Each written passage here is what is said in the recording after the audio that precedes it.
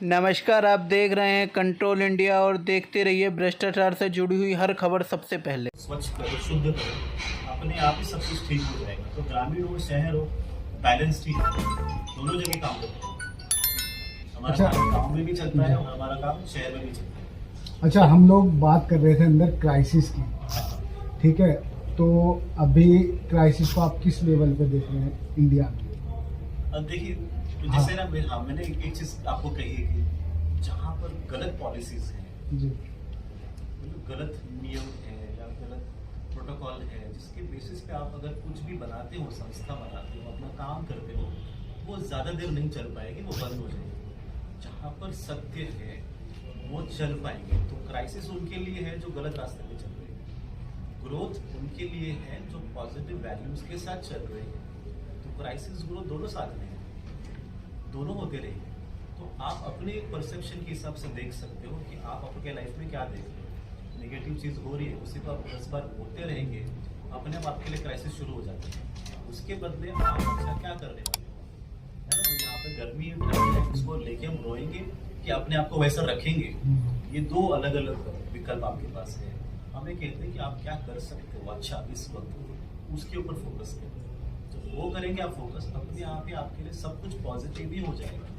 But ये है कि उथल पुथल चेंजेस काफ़ी सारे होते रहेंगे समय के साथ, जो मैंने आज एक्सप्लेन भी किया। एक साइकिल पैटर्न चलता है, उस पैटर्न के हिसाब से चीज़ें खुल के आएंगी सबके साथ। अच्छा, शुरुआती फेज है, अभी आने वाले समय में इसको कितना आगे कैसे इसको और लोगों तक पहुंचाया जा सकता है, कैसे आपने क्या विजन? देखिए, इसके लिए ना बहुत सिंपल सी चीज़ है। एक तो अवेयरनेस, जागरूकता, वो हमको और लोगों तक पहुंचाना है। उनको बस बताना है कि अपने भीतर बदलाव लेकर आए, मतलब अच्छा व्यक्ति बनने की कोशिश करें भीतर से।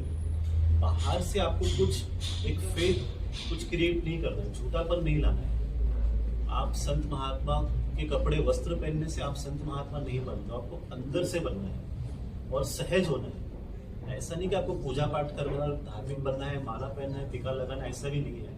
आपको बहुत सहज बनना है। सहज बन जाते हो, आप कुछ भी पहने, कैसे भी रहे, पर आप इस आसपास के प्रकृति के साथ रहना सीखते हो, लोगों के साथ रहना सीखते हो।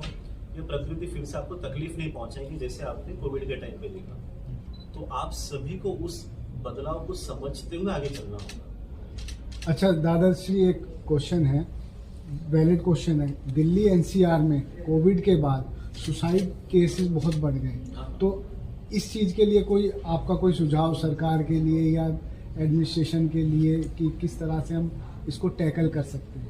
देखिए, सुझाव यही है, जहाँ पर भी देखो ये मेंटल हेल्थ है, मन की अवस्था जब नीचे नीचे गिरती है तब उससे बस वो खाई दिखती है, उसे मदद मिलती नहीं है, सहायता मिलती नहीं है। हमें सभी को मदद एक स्टेप लेना होगा, सिर्फ सरकारी नहीं, जितने एनजीओज हैं या आसपास जो लोग रहते भी, आपके दोस्त भी है, परिवार के सदस्य हैं, ऐसे जो भी लोग आपको दिखते हैं, तो एक सबसे इम्पोर्टेंट काम ये होता है कि उनको सुनना। जो तकलीफ में है, जिनके अंदर सुसाइडल टेंडेंसी है, उनसे बात करके उनकी बातों को समझना, उसके बाद अपने आप ही हल निकलेगा। बात ये होता है कि वो अपने आप को बंद कर देते, सबसे कट कर देते हैं, उसके बाद और वो भीतर गहरे जाते रहते हैं।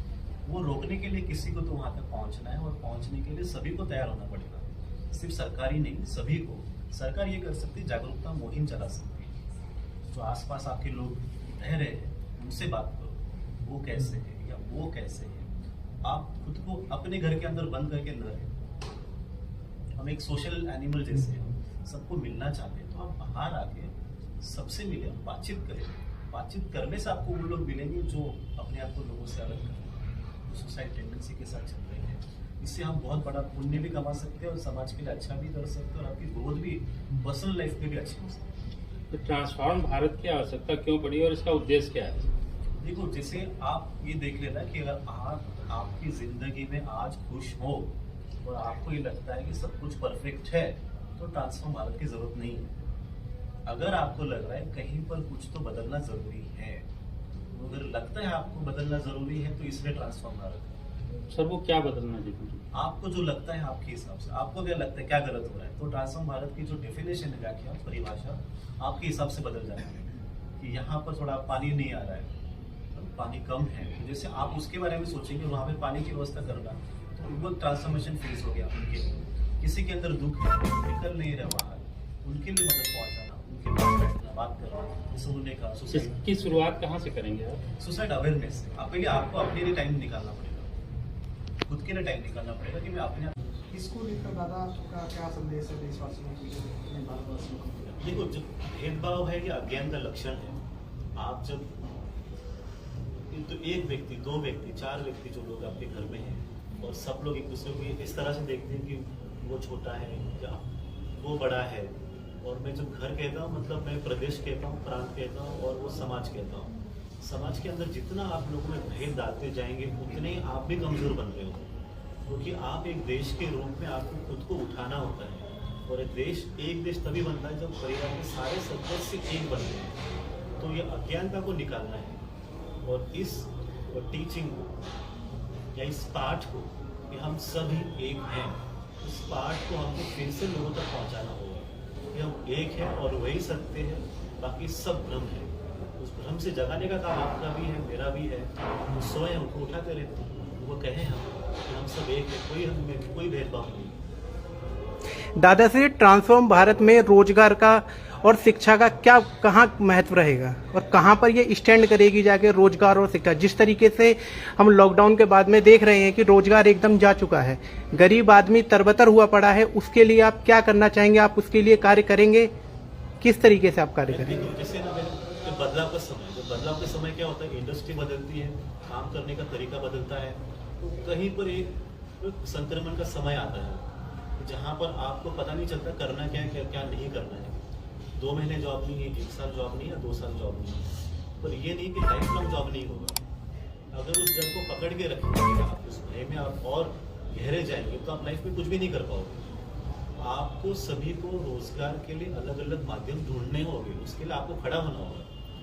ये नया आने वाला जो समय है सभी को रोजगार देगा, सभी को मौका मिलेगा।